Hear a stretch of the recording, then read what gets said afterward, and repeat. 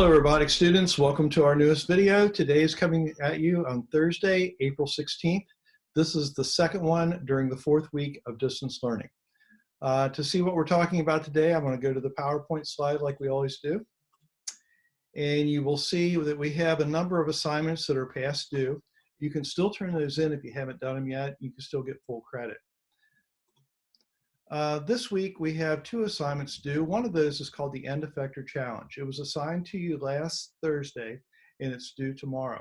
I've been getting some emails here the past day telling me people don't have their materials to do this. And really we did a brainstorming challenge on resources that most people might have at home to make projects with. So you should have an idea of what you can work with. And of the four that I demonstrated last week, one of those was made with a rock and some sticks I found outside. So everybody can do this assignment. Nobody has so little resources that they can't do it. I'm going to share with you three of those that have been turned in so far. This first one, young man did it. He did a great job of printing out the circle. He's got the name of the end effector on it. It's called the sucker. And he used the vacuum type of care. That's one type of end effector that robotic arms have, are vacuum systems. This next one was done by a young lady. I just got this one this morning. She's got her circle cut out. It's an 8.5-inch diameter circle. She can open and close her gripper by pulling on a string, it looks like. Now, I think she forgot that she has to show that it can be released because she starts to turn off the camera here, but then I think she remembered and she goes back and she shows that it can be released. I'm not sure if it has a name or not. It's supposed to, and it should show up in the video that you take. This last one, it looked like a young man here turned this one in, looked like he had access to some tools to be able to build this one, but he was able to pick it up and set it down outside the circle. So those are the requirements of the end effector. Some people said they didn't know there was a video, so go back and watch the video. It explains how to do it, because in that video I show you 4 examples of ones that I made. Also due tomorrow is the coronavirus video worksheet. That was assigned on Tuesday. There's a video to watch. Then there's 10 questions to answer. Everybody should get 100 on this, because if you're not sure of an answer, just go back over the video. The video is not that long. Go back over it and answer them again. I've got some people that have ended up with 20 and 30%, where everybody should have 100 on this assignment. We're going to try to do a project today. And a couple weeks ago, I talked about Apollo 13. It was one of our missions to the moon. And on the way to the moon, it ran into problems in the spaceship. And they had to solve the problem with the materials they had available to them on the spaceship. We're stuck in the same type of situation because you're not at school where you have access to tools and materials. And you have to be able to do projects with materials that you have available. So the University of North Carolina came up with a project. They call it the Apollo 13 Pandemic Challenge. And I'm going to share that with you. And we're going to try to do a do-it-yourself face mask. We've all seen signs like this on restaurants and grocery stores: no shoes, no shirt, no shoes, no service. And now we're beginning to see signs like this: please do not enter without a face covering. And chances are we're going to see more of these. A face mask needs to be able to filter out the smallest particle of the coronavirus. So on the lesson Tuesday, I showed this graph.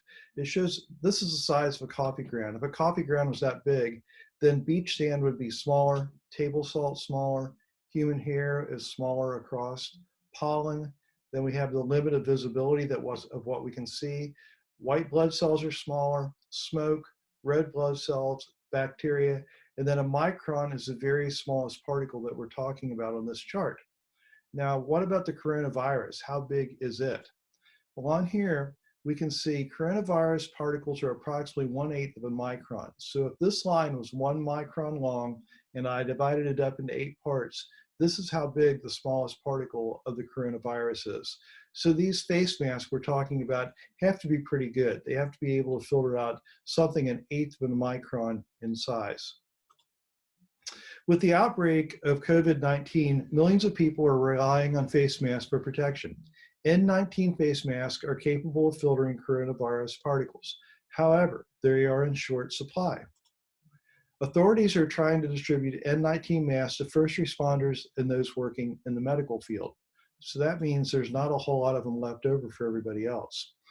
And just like when I said we're probably going to see more signs that say you have to have a mask to go into a store, it says more and more we're hearing everyone should wear a face mask when in public.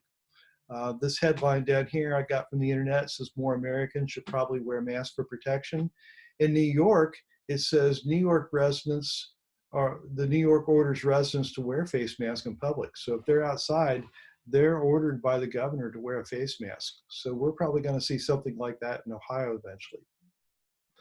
With the shortage of N19 masks, people have turned to DIY masks. DIY stands for do it yourself.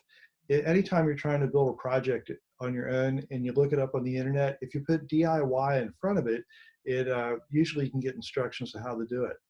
So this is a poster. It says DIY face mask made from fabric, bandanas, paper towels, bras, and more. And then this one looks like maybe it was sewed together. So all of those are examples of DIY face masks.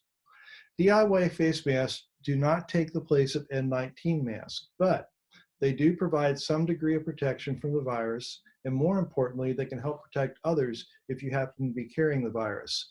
So you could be asymptomatic, which means you don't have any symptoms and you don't know you have the virus, but you could be a carrier of the virus.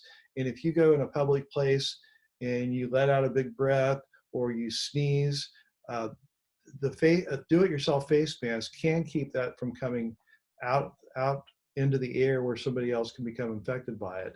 Now they don't do a great job, but from what we understand on the news and in the newspaper and articles, we're finding out they do help. So this is a part of a handout sent out by the University of North Carolina called the Apollo 13 Pandemic Challenge. This challenge was made up before the coronavirus was even a problem in the United States, but now it's being sent out to teachers like myself, sharing the lesson so that we can try it with our students. So it starts out by saying, Houston, we have a problem. The astronauts who were part of the Apollo 13 mission found themselves socially isolated, environmentally challenged. Sound familiar? About 56 hours into the flight of Apollo 13, an oxygen tank exploded. Photos taken near the end of the flight revealed the extent of the damage. One whole side of the spacecraft was missing. With the command module losing power fast, the astronauts had to move into the lunar module to use it as a lifeboat. They were headed to the moon, and they had the capsule that was on top of the spaceship to take them to the moon, and then attached to it was the lunar module. That's what they were going to land on the moon with, and then they would return to the space capsule to return to Earth. Okay, I'll continue on now. Designed for two, the lunar module's cabin was a tight fit for 3 people. It did not have enough carbon dioxide scrubbing chemical canisters to keep the air breathable for 3 men all the way back to Earth. But the damaged command module did. The astronauts had to build a crude adapter using spare parts on board to make use of those canisters and save their own lives. Can you imagine that challenge? Using only materials aboard your spacecraft to build yourself a life-saving filtration device to make the air breathable? Are you willing to take on a similar challenge? Let's do it. And remember, necessity is the mother of invention. A lethal respiratory virus has become a pandemic. So before the coronavirus became a big deal in the United States, this is what University of North Carolina wrote. They're saying this is the problem, and imagine a lethal respiratory virus has become a pandemic. And that's what's happened in the United States and around the world. It says you are quarantined in your home. You dare not go outside in case you encounter someone who is infected, but your supplies are dangerously low. No food, no medicine, no toilet paper. Your only hope is to engineer a protective mask. Your mask must meet the following criteria. It's got to allow you to breathe. It's got to prevent other people's coughs and sprays and droplets from passing through from outside to inside. It's got to prevent your secretions from passing from inside to outside, minimize pollen and maybe even bacteria from reaching your mouth or nose, allow most of your breath to pass through the mask instead of sneaking out the sides. Like the astronauts, you may use any items you find inside your house.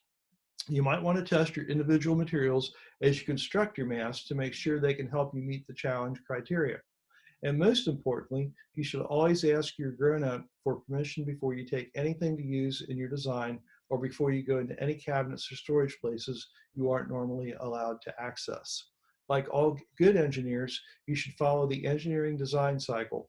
And if at first you don't succeed, don't give up, just redesign and try it again.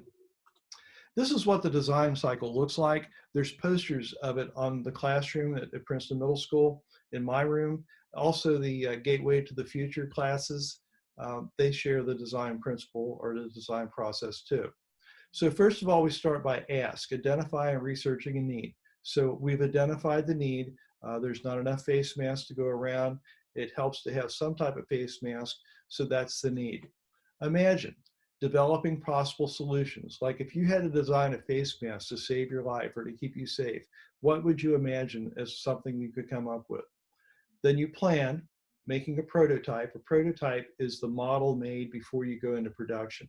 So anything out there that's manufactured, there's been a prototype of it first. Then you create, you test it and evaluate so that you know if you need to go back and fix things or change things or make it more efficient. Then you improve, modifying and retesting solution. And then it goes in a continuous cycle of asking the question, does it solve the problem? If not, you imagine, you plan, you create, and improve. So that's the design, the engineering design process that we're going to be following. Once you get a mask made, it says how to test your mask design for airflow. To see if air can move through any of the materials, blow through them and see if you can make the flame on a candle move or blow out. You can also hold up a piece of tissue paper, then blow through the material to see if it moves. If you light a candle, make sure you have adult supervision. How to test your mask design for water repellency. To see if water beads up on any of your materials or soaks through, place a sheet of absorbent paper on a surface, then lay your material on top of it. Carefully drop a few pea-sized beads of water on the material. Wait and carefully watch to see if it remains in a bead on the material, soaks in the material, or goes through the material. How to test your mask for bacterial contamination. To see if your mask can minimize pollen or bacteria from reaching your mouth and nose, grind up some cheesy crackers or puff. Put on your mask and try to inhale through the mask. You can also use flour. If any of the orange crumbs or flour get behind your mask, then bacteria probably will be able to also. Once again, do-it-yourself face masks do not take the place of an N19 mask, but they do provide some degree of protection. If you look on the internet, and this is one page from Google, there's all kinds of ways of doing this. People are using, there's one here somewhere, there's where they used a sock. They're using just fabric. They're using t-shirt material. So take a look and you'll find all kinds of ways people are making these. If you had a sewing machine, it would be great. You'll notice this top left picture and the bottom right, they both have people sewing. You'll probably run into pictures like this one of a face mask, which women put on their face to make their skin better. Ignore that. But these other ones, most of these other ones are all examples of what I'm talking about. And it gives you step-by-step instructions. You can also look on YouTube. You're going to take a picture of you wearing your face mask, and you're going to put it on this slide. Now, some people are having problems putting videos and pictures on the slides. So this second thing says, to add a picture, you need to use the insert menu on the slide. So the insert menu, and then make your picture large or as big as the slide. Cover up all these words. Make it as big as you can on that slide, and that's what you'll turn in. This is an example of a construction type face mask. I happen to have some of these for doing work in the shop. This is an example of one that you can buy, but not one that's in the N19. This one's not acceptable. The problem with these, for one thing, the holes in them are too big, but also around the edges, there's room for bacteria and virus to get in around the edges. But this is better than nothing. So that's what we're doing in this assignment.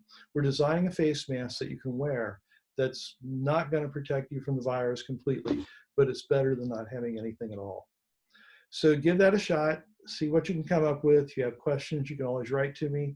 But I think you'll be able to find plenty on Google about how to do this, or on YouTube on how to do it.